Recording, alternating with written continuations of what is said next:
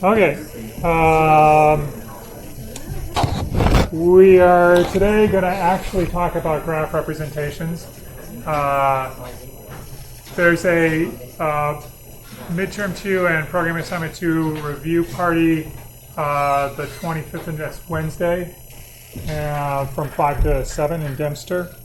The programming assignment is still due on November 29th, and the final exam is still on December 10th. There have been some questions about the bus strike, and what I'm going to do is I'm going to be here talking to an empty room and recording it, and then you can watch it if you want to at home. But the things are going to go on just as normal, except there may be fewer of you here. But maybe not. Today's plan is to do graph representation and graph traversal, but before we do that, let me just remind you about the handshaking theorem, which is saying that the sum of the degrees in a simple graph G is always equal to twice the number of edges. So with that little reminder, let's warm up with the following 3 questions. Is there a simple graph whose vertices have degrees 1, 2, 3, 4, 5, 6, 7? Is there one that has degrees 3, 3, 3, 3, 3, and one that has these degrees? 4 2s and 2 3s. Okay. So 3 questions. Do you have any questions about the questions?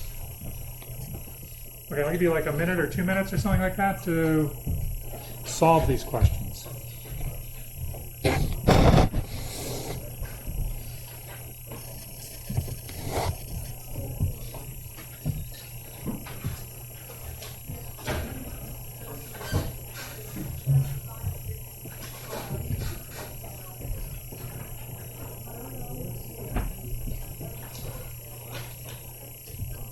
Oh yeah, so simple graphs are the ones where there's no self-loops and there's no multiple edges between 2 vertices. Like vertex A and B can't have like 3 edges between them. There can only be 1.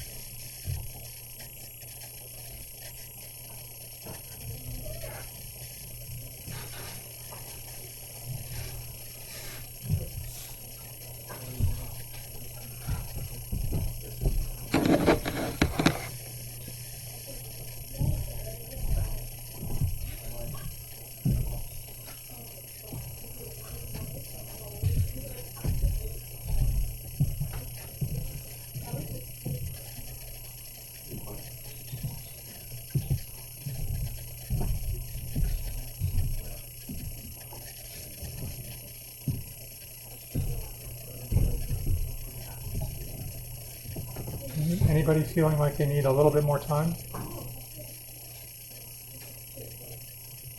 No?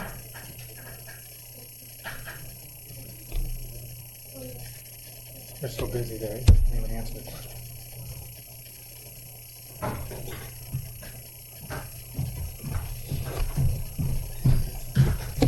Is it okay? Okay. So one of these is very, very, very, very easy to tell. Which one is the easiest to tell? Yeah. The first one. Why is that? Because there's only 6 other...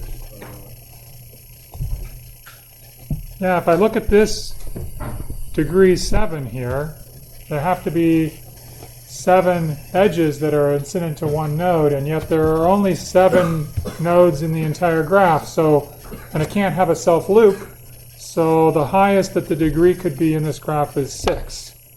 And so because of that, 7, no. It's only 7 vertices. Nobody can have degree 7 in a simple group. Okay, how about the second one? Is the second one Possible? Yeah? I think it's no. You think it's no? Why? If you sum up all the degrees, it gives you 15, and you divide by 2, it gives you 7.5, and I don't think you can have half edges, so that's no. Very good. So if I sum up, this is the one that I was sort of hoping you would see was so close to the handshaking theorem that you would say, oh, it's all odd degree, and if I add them all up, there's 15. The total degree is 15. But the total degree is supposed to be an even number. It's 2 times the number of edges. The number of edges is an integer. There's no half edges. So this can't be possible. It violates the handshaking theorem. And in fact, it violates the corollary of the handshaking theorem, which we talked about last time, which is that the number of odd degree vertices in a graph must be even. So it's easy to check that condition. You just look and see if there's an odd number of odd degree vertices or an odd number of odd degrees, and you can say, no, that can't possibly be a real graph. So if I look at the last one, though, there are only 2 odd degree vertices. Well, not only 2, but there are 2, and that's an even number of odd degree vertices, and that's possible. If I sum up the degrees here, I'll get an even number. Is this doable? Oh, it's doable. How do you do it? Yeah. Put degrees in a diagonal and then Put the 3's in a diagonal. no, just the ones with the 3 orders. So you put it on the end. On the other end. On the end. Oh, like that? Yeah, and connect the diagonal with the other order. No?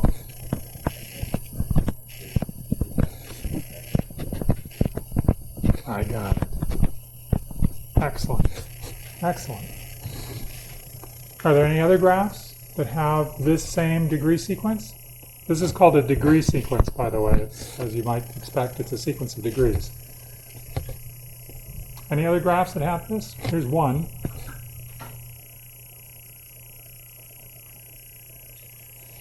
Yeah.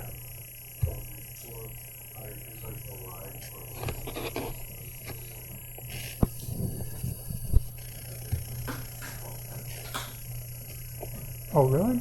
Oh, I know what you did. You did something like, no, that's not. 2 triangles sharing a base. And now you're stuck. Oh, very nice.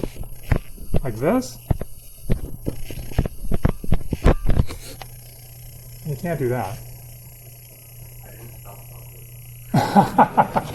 That's the problem with these problems. I mean, there is another way to do it, but it's essentially it's the same thing, but it is a different graph, which instead of you basically create a big cycle 1, 2, 3, 4, 5, 6, and you can cut that cycle as was done here. You can cut it across the middle like this. That's a chord of the cycle. It's an edge that connects to across a cycle. And this is a chord, it's a different chord of the same cycle. So these 2 graphs, these are not the same graphs. They are not isomorphic to each other. There's not a mapping of vertices to vertices such that all of them would preserve the adjacencies. So these are different. But anyway, the answer to this question is yes, and in fact there's more than one. Is it good? Reasonable warm-up for graphs. Let's talk about representing graphs. So there's 2 really classical ways of representing graphs, implementing graphs, representing them using a data structure. One is using a matrix. That's called the adjacency matrix or incidence matrix method. And the other is using linked lists to store the edges that are adjacent to a node. So we'll look first at the adjacency matrix. The adjacency matrix says you have a matrix, and if you have an edge UV that's in the graph, then you record a 1 in the array location AUV. So U is the row. So let's say 0, 1. We go to 0, 1, and we put a 1 in there. So that's this edge, the edge 0, 1. And if I have another edge like 0, 2, then 0, 2 would be a 1 there. And then we can go through and do the rest. What do we have? 1, 2, 1, 2, and 2, 1, 2, 1. And everything else in the adjacency matrix is 0, meaning there's no edge. Now, you could imagine storing a little structure in each cell of the matrix rather than just a bit, 0 or 1. You could have a little structure that contains information about the edge, like what color it is and how much it costs to fly from Toronto to Vancouver, and all these other pieces of information could be stored in a structure that's stored in the matrix. But the idea is that the structure itself is a matrix. Does it make sense? Then you can look things up like you would look them up in a matrix. Good? Okay. So now answer the red question. If instead of having like this graph is a directed graph, instead of having a directed graph, what would happen if I looked at an undirected graph? Now, an undirected graph means that if I have an edge between vertex 1 and vertex 0, I can get from 0 to 1, or I can go from 1 to 0. So there's sort of like two things here. It's an edge that works both ways. I can get from 1 to 0 and 0 to 1. What would the matrix, the adjacency matrix representation, what property would that have if I was giving a representation of an undirected graph? Yeah. Well, I guess if you're using the representation,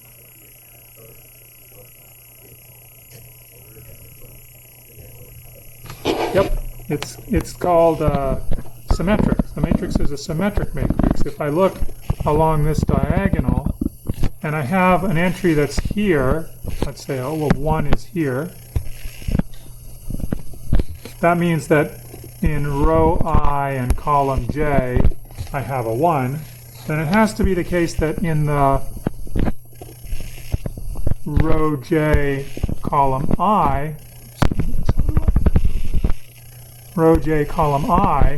I also have a 1.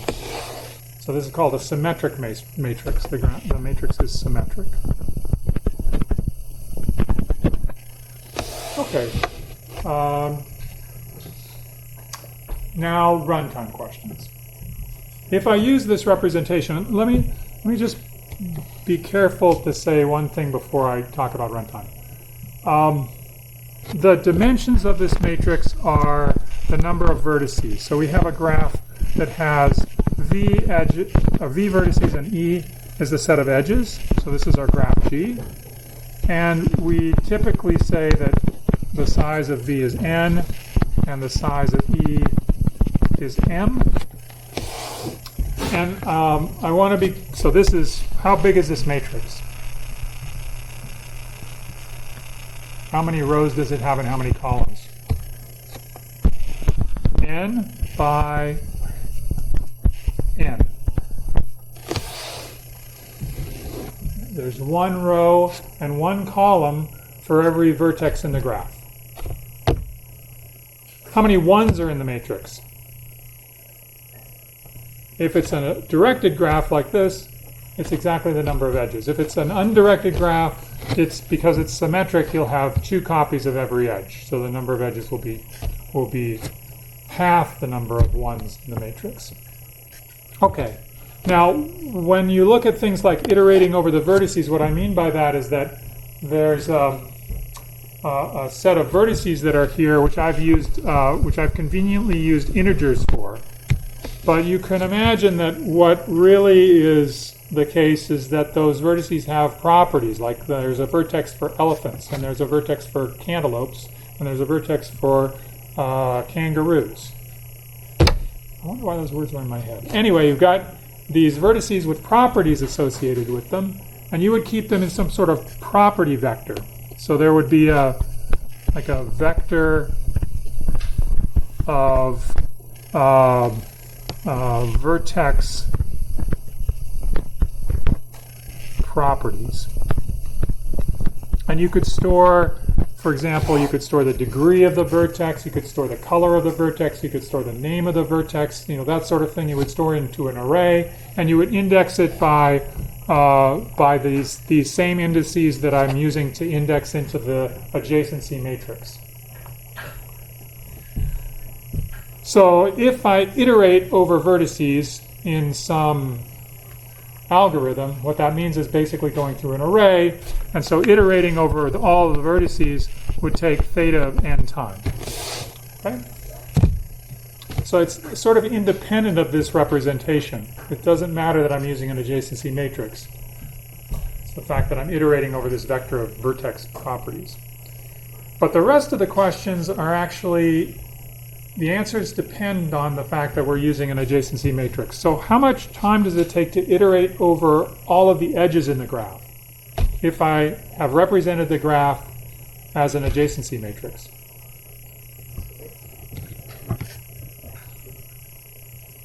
How much time?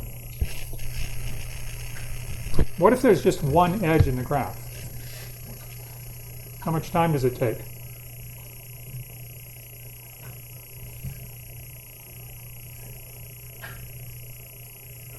With this representation.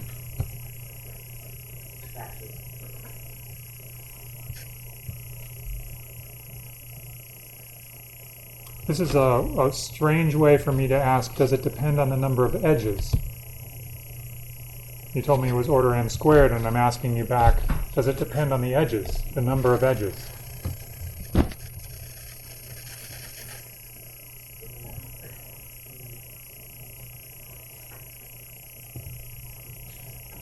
How many people think it depends on the edges, the number of edges in the graph? How many people know it doesn't? It only depends on the number of vertices. Okay, this is good. So it's theta of n squared. The point is that even if there's only one edge in this representation, you don't know where it is. And you have to look through the entire matrix in order to find this one entry that's a non-zero entry. And that's true, unfortunately, for everything in adjacency matrices. It's a matrix, and so this property of there being a storage location for edges and for non-edges means that a lot of running times are no longer dependent on the number of edges. It's dependent on just some function of the number of vertices. So, for example, how long does it take to iterate over all of the vertices that are adjacent to a given vertex? I tell you, I want to know all of the edges that are coming out of vertex number 2. How long does that take?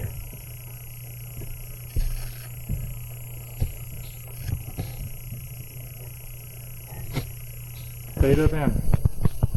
I have to look at every entry in the row for that particular vertex. So I can get to the vertex row 2, in constant time, but I have to examine every spot in that vector to tell whether or not the edges are there. So even if there's only 2 edges in that, even if there are only 2 adjacent vertices, I still spend n time doing it. Okay, how about checking whether an edge exists? How much time does that take? Yeah. The question about the previous one. Yeah. Why don't we locate the vertex in consideration, and then we look up the neighbor vertex in the Well, I suppose you didn't have this picture, because you don't. All you have is this matrix. And I say, can you tell me what vertices I can get to from vertex number 2 in one step, of crossing one edge? Yeah, so it be the nine cell around that vertex. No. This is the vertex. That's vertex 2. And the information about vertex 2 and what it's adjacent to is in the row, right? Because I know that if I have an edge that goes from vertex 2 to vertex, I don't know, what do we have? 2 to 1? Then that will be an entry in row 2, column 1. So everything about vertex 2 is in the last row of this matrix. It's not in the cluster around a particular cell. It's one row. Maybe I should have made a bigger example. Would a bigger example be better? Like something that's 20 by 20? Like it'd be huge. But the idea is that all the information for a vertex is in a row. Yeah, but then like what would be aim then? Like because we would have to like go through the entire vertex. Oh, you don't? Okay, so you stop early, let's say. Suppose you don't go all the way to the end. Okay, guess what? There's an edge from 2 to the last vertex that you didn't look at. If there's any cell that's in there that you don't look at, then guess what? You don't know what's in there. It could be a vertex, it could be an adjacent vertex, or it may not be. So you have to look at everything.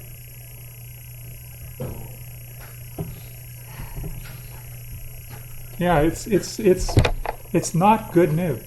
I mean, this is the problem with adjacency matrices, is the fact that you have to explore a linear number of locations in order to find all of the things that are connected to a particular vertex, and there may not be very many of them. There could be only 2, or something like 1, and you have to look at all of those entries. But what if you want to check whether an edge exists? How much time does that take? Yep. Theta of 1. Theta of 1. Yeah, because we could imagine, like in C++, that you can do random access into arrays in constant time. So you do a random access into an array of vectors, a vector of vectors. You would find vector number 2, and then you would do an array lookup in vector number 2 to see whether the edge 2, 1 exists, and you would say, yes, it does. So it's constant time to do that lookup. It's all done by vector lookups, or array lookups if you wanted. True about it. All right, what if I wanted to insert a new vertex into the graph? So here I have a representation, but I said, oops, I forgot, I want to add a new vertex, vertex number 3. How much time does that take if there are currently n vertices in the graph and m edges in the graph?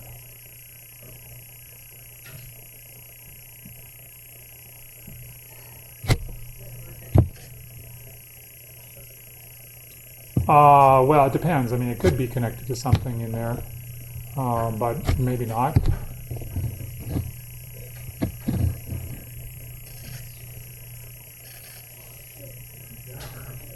Yeah.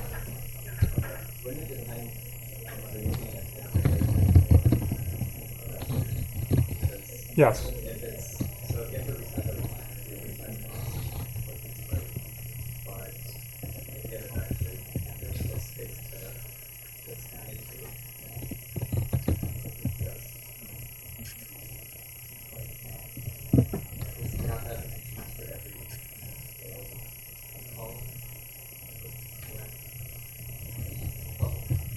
Yeah, I mean, if you were going to implement this, you're going to implement an adjacency matrix in C++, for example, and you were worried because you don't know how many vertices there are going to be in your graph. People are going to come and they're going to add vertices to the graph, or they're going to take them away, or they're going to do something weird. Actually, taking away is weird. It's hard. Let's just add things. What would you do? Would you choose to use a... What have you done? What have you guys done before? You've done vectors of vectors, right? Have you allocated like monolithic linear arrays and broken them up by hand? You've done that too? Oh, okay. Well, which one would you choose? If you do vectors of vectors, how much time does it take to do this? And let's just suppose that there was no resize needed. Like you just did pushback, and pushback, pushback, pushback, pushback, pushback. I think it's n. Theta of n. Because what you have to do is basically you have to add that, which is one new vector and then a bunch of new stuff on the end of the existing vectors. Yep. When this depends on how the multiplication works. Like if you made these vectors, you would kind of find one that's to initialize over vector. Because if you just have a new vertex, you don't necessarily have a bunch of technical vectors, not just Yeah. How much time would that take? How much time would that initialization take? I guess if you're going I think it would be n.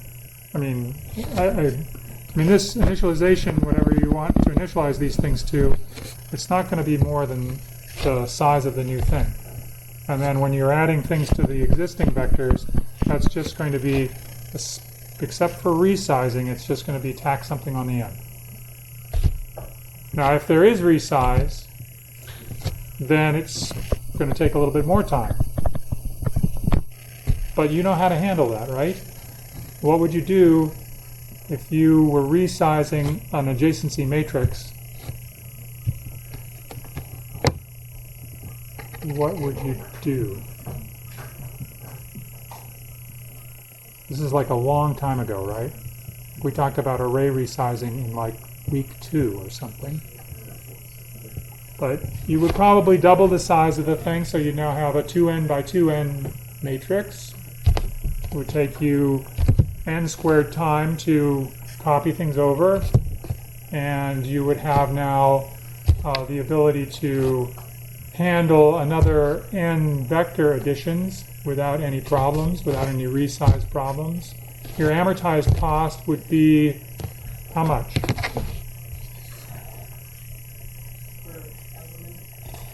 Per addition. Amortized cost per addition. Per new vertex.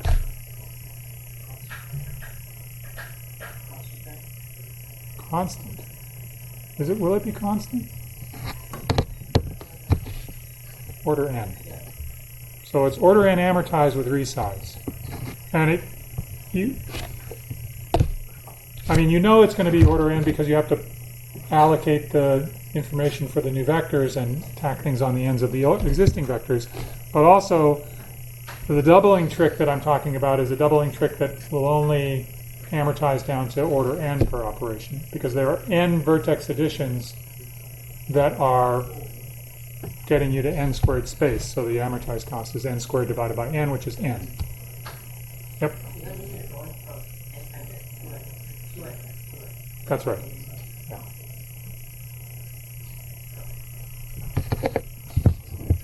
Okay, how much memory does this take?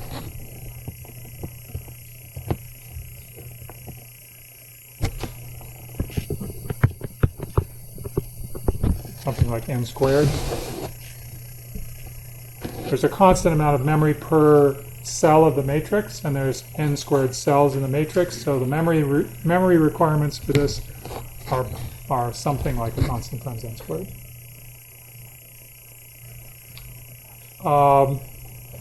So the lame parts about adjacency matrices are this and this. So this is sort of bad. It's not sensitive to the density of the graph. It's not sensitive to the number of edges in the graph. Like if there are few edges or many edges, it doesn't care. It's going to take the same amount of time. So adjacency lists do not have that feature. So adjacency lists, again, we have an array, one element per vertex in the array. So there are n array locations. And you can store things in these array locations, like, for example, the degree of the vertex, or the color of the vertex, or the name of the vertex. But you also store a pointer to a linked list. And that linked list contains the adjacent vertices to that vertex. So if I look at the linked list that's coming off of vertex 0, and so this pointer here is not an edge in a graph, unless you want to think of a linked list as a graph, which you can. It's a pointer to another node in the linked list. And that other node contains an entry, for example, for the vertex 1. It's an adjacent vertex to vertex 2. And then it has another link that points to 2, which means that 0 is adjacent to both 1 and 2. It's just a linked list. So maybe I should say linked lists. You can implement them in other ways too, but anyway, this is a good way to do it. Okay, and then for 1, 1 is adjacent to 2, so there would be just a 2 here. And 2 is adjacent to 1. And what we've drawn here now is a linked list representation of a directed graph. This is the out edge representation. It's representing the the edges that you can use to get out of a vertex. So typically this is what you would want if you were doing traversals of a directed graph. You're only allowed to go in one direction. You're at vertex 0, and you want to know where you can go from that. So you look at the out edges. You could, though, imagine another structure just like this one called the in-edge structure, and it would be used to record the edges that are coming into a vertex. And that might be useful for you for some reason. For example, you might be doing some sort of a simulation, which is taking information from your neighboring vertices, combining it together and updating your state and repeating this process. That's where you would want to have the incoming edges available to you. So you can have a same sort of thing for in edges. Is that it? Okay. Is it good? Is it clear? I mean, this is not rocket science, but this is like arrays and linked lists from week number 2. So it's just that there's complications when you choose one of those representations over the other in terms of the running time of programs. Okay, so what is the runtime when you want to iterate over vertices? Again, this is just iterating over an array, so it's theta of n. What if I want to iterate over all the edges in the graph? How much time does that take? Remember, n is the number of vertices, and m is the number of edges. How much time does it take to iterate over all the edges in the graph? Like you want to print them out. Somebody wants to know all the flights in Canada. They're like, holy cow.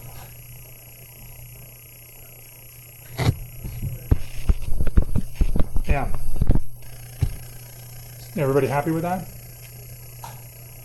What if there were no edges in the graph? How much time would it take you to iterate over all the edges?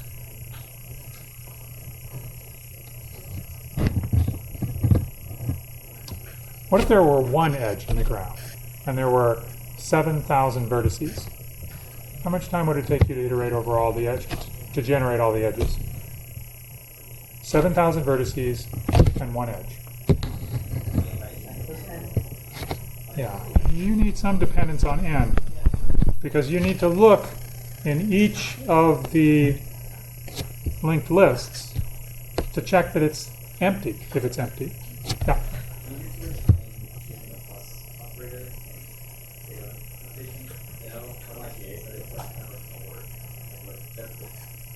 They said it was kind of like an OR? Oh, well, that's true. I mean, if I have something that's theta of m plus n, you know that if m is bigger than n, then it's theta of m. But if n is bigger than m, then that's theta of n. So you know this is, if m is bigger than n, then it's theta of m, because it's less than or equal to 2 times m. And if n is bigger than m, then it's theta of n because it's less than 2 times n, because the m term is less than the n term. So there's nothing magical about it. It doesn't have any different meaning than what it normally has. It's a plus sign. That's all that it is. Is that, yeah. But shouldn't we iterate over all vertices and then their edges to find and iterate over all edges? That's right. We need to do both the edges and both the vertices and the edges. So n times m? Yeah. Well, we don't have to do all of the edges for every vertex. Worst case. Worst case, we don't. If that was the case, then the number of edges in the graph would be n times m. But we know that the total number of edges in the graph is m. And so it's just how they're spread around this array, this array of linked lists. We don't know how they're spread around the array. It could be all of them in one, or it could be 1, 2, 5, 27. That's why we walked through it. Okay, how about iterating over vertices adjacent to a given vertex? How much time does that take? Let's suppose it's the vertex u.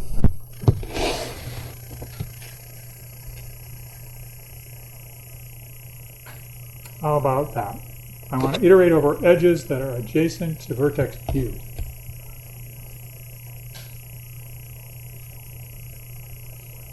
Yeah. Yeah. Omega of m? Oh, big O of m. Ah, yeah. Yeah, of course. I would say the same for edges. If it's just iterating over the vertices that are going out for the out edge representation, I think you can visit that on the deck of the list. But you don't know what's on Sorry. Let's just assume that I'm talking about just iterating over that linked list. And if you wanted to do the other thing, then you would build another linked list for the incoming edges, and you would have to travel over 2 linked lists. And suppose that maybe we're just talking about an undirected graph where it's just so how many entries are in a linked list that's associated with vertex u? On average, m divided by n. That's true. But for a particular vertex u, what property of u tells you how long that linked list is? What is that called? We just talked about it, like, I don't know, at the beginning of class. What was the term? Degree. That's it. It's the degree. So you're right that it's not order of m, it would be order of n, because it would be, well, unless it's not a simple graph, then it would be order of m, you're right. But I'm talking about being very specific. I'm saying it's proportional to the degree of u. The reason I'm being specific here and not using something that's just a function of n or m is so that we can see how it affects the running time of algorithms that we'll discuss very, very soon. And it's important that the amount of time that you spend for iterating over adjacent vertices is proportional to the number of adjacent vertices. That's what this says. It's proportional to the number. So if you were just to consider, no, let's not do that. So let's do the next one. So let's check whether an edge exists. I have an edge uv, and I want to know whether it's in there. How long does that take? Remember, in the adjacency matrix world, it was a matrix lookup, which is a vector lookup, which is just constant time. How about in this world?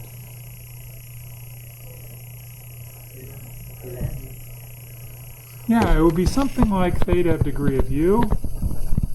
If this was a directed edge and we only had the out edge representation.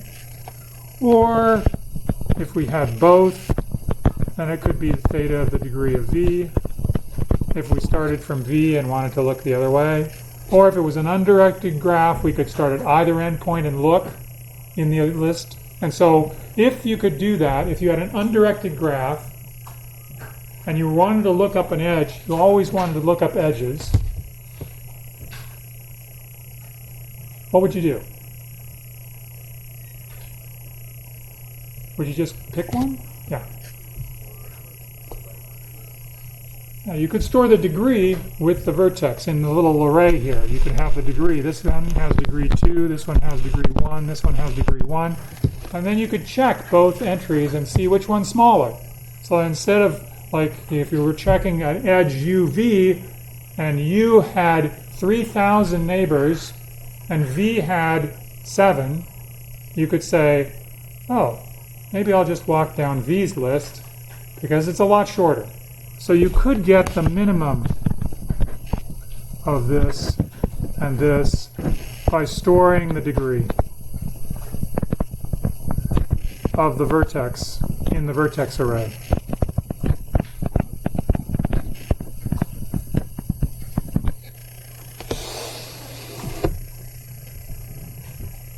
And anyway, how much time does it take to insert a new vertex into this structure? Suppose it's a new vertex X. It comes in and it's going to connect to some vertices in the graph. How much time is it going to take to build that thing?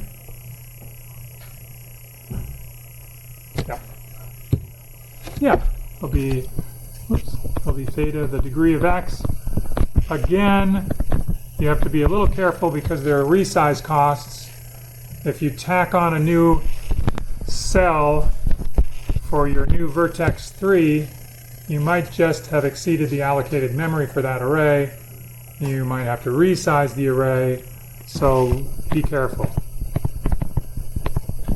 But you know how to be careful. You know what to do for resizes.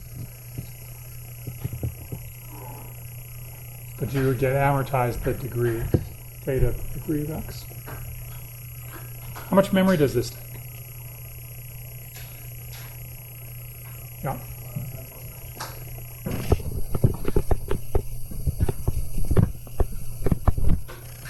Why is it m plus n?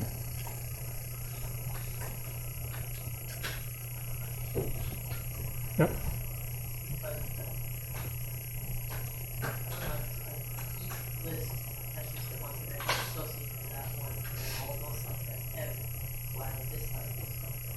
Yeah, this is a great way to look at it.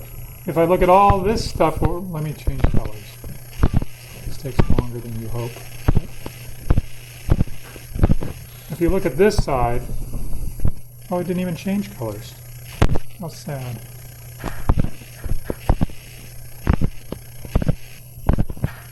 If you click this side, everything that's over here in the structure takes theta m space. And everything that's over here takes theta of n. So together you have theta n plus m.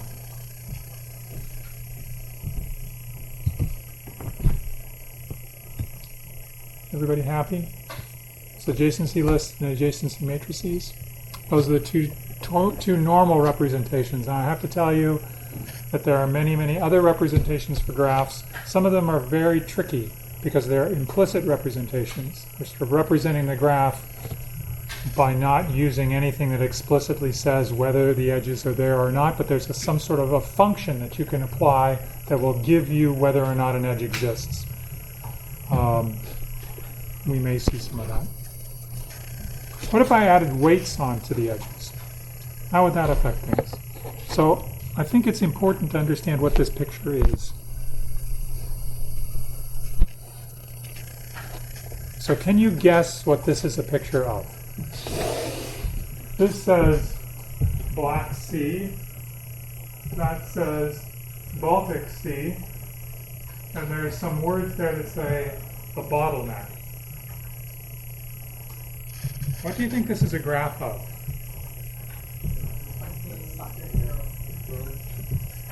Something, yeah, a little bit farther than Eastern Europe, a little bit more east. This was drawn sometime around the 1950s. Probably train. Yeah, supply networks via trains. These are train routes that are going from Russia towards Western Europe. This was a top secret document. You can see secret up there. No, really, this is a photocopy of something that they pulled out of the files from the RAND Corporation. So they were working on this in the 50s, which was basically, in the unlikely event that Russia would decide to invade Western Europe, how could we stop them? And so they solved optimization problems like, how do we cut all the railway lines by dropping bombs from airplanes in the most efficient manner.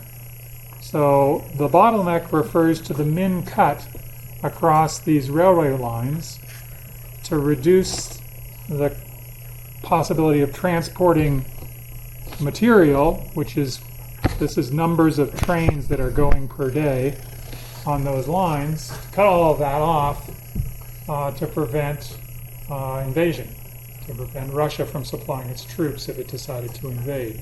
So this is the U.S. Air Force that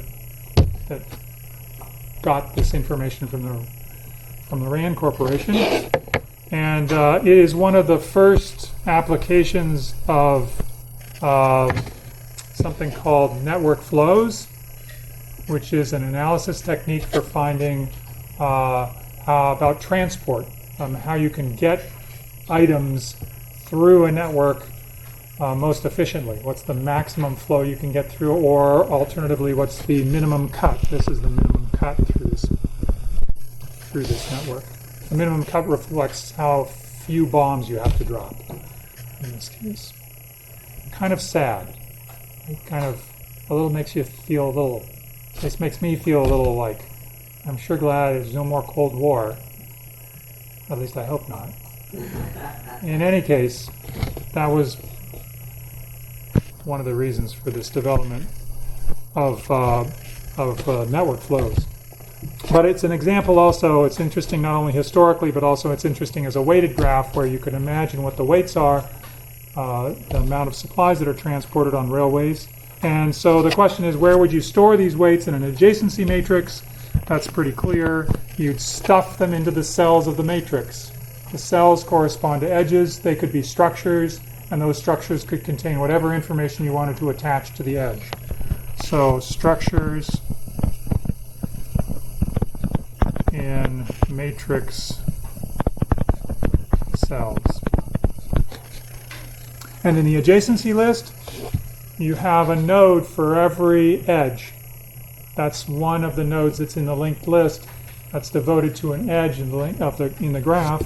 You would stick it in the nodes of the linked list.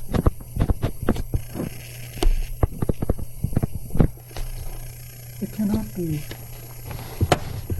Okay. Do we? No. We got one more thing to do. Breadth first search. It'll be very quick. Do you remember breadth first search? You did it in programming assignment number 2. It involved a queue. It involved pushing onto a queue.